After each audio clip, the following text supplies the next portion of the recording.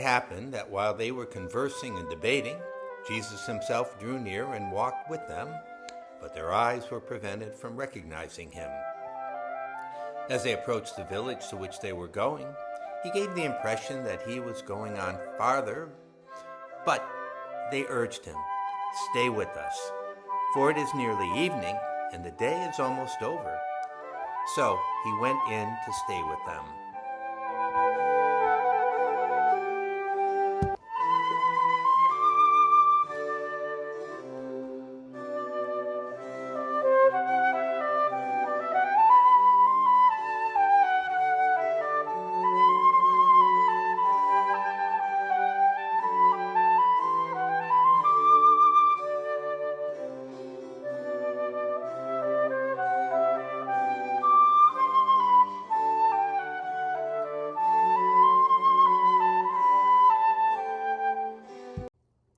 Various surveys have been conducted around a fascinating question: where do you find God? And the answer varies widely. Some respond with traditional answers like in prayer, in reading scripture, in the beauty of creation, in silence, or during a retreat experience. Many Catholics quickly say that they find God in the Eucharist. But one survey reveals something striking. Over 90% of respondents said that their most profound experience of God occurred in relationships, through family members or friendships, the worshiping community, co-workers, and neighbors. In other words, most people said that they encountered God in the people that they walk with on the road of life. And that insight takes us directly into today's gospel from Luke, the story of the disciples on the road to Emmaus. Take a moment to look carefully at the painting before you. Jesus and the two disciples on the road to Emmaus by 14th century artist Duccio di Buoninsegna, painted sometime between 1308 and 1311, and now housed at the Museo dell'Opera del Duomo in Florence, Italy. It formed a small part of the Maesta altarpiece, a highly elaborate two-sided design created by Duccio for the Siena cathedral, composed of many individual paintings depicting various scriptural stories. Many artists through the centuries have depicted the Emmaus story on canvas. Some artists focus on the walk to Emmaus itself, usually featuring the two disciples engaged in deep conversation with the risen Christ, who is still unrecognizable to them and who interprets the scriptures for them. Other artists depict not the walk itself, but the supper at Emmaus that comes after the walk, when Christ reveals himself to his disciples in the breaking of the bread. What is particularly unique and unusual about Duccio di Buoninsegna's painting is that he does not portray either of these two Emmaus events.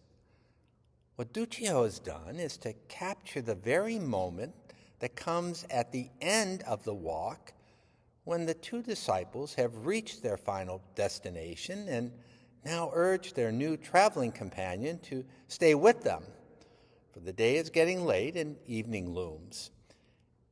And it's neither safe nor convenient for a person to travel alone in the dark of night in Palestine. The scene in this painting is simple and yet profound.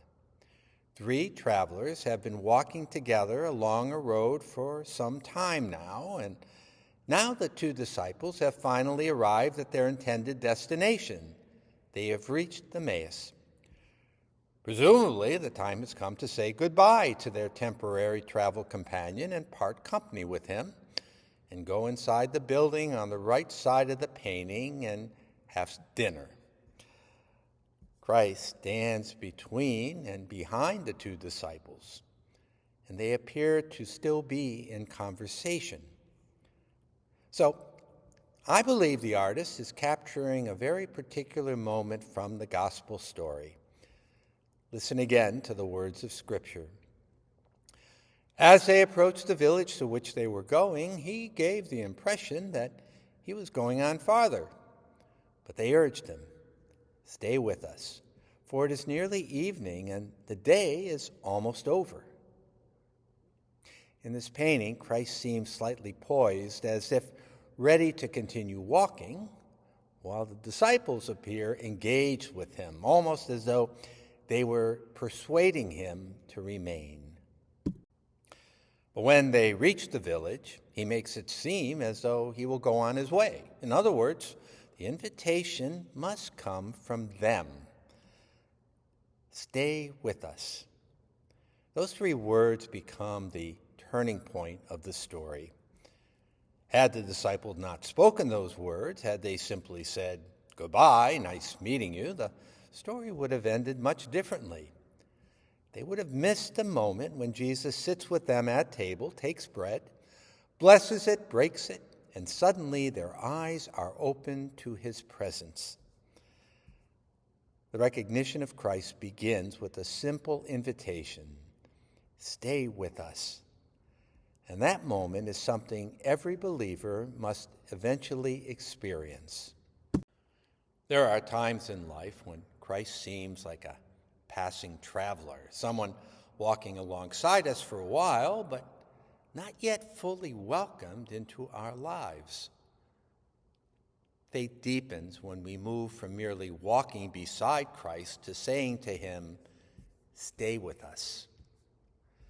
Stay with us in our homes. Stay with us in our families.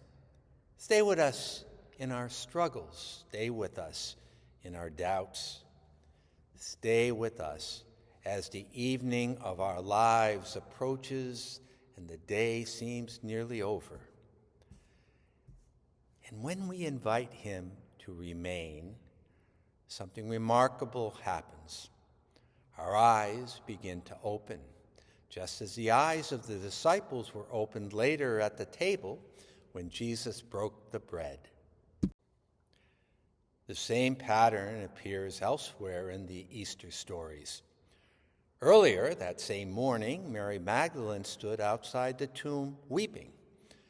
When Jesus appeared to her, she thought he was merely the gardener until he spoke her name.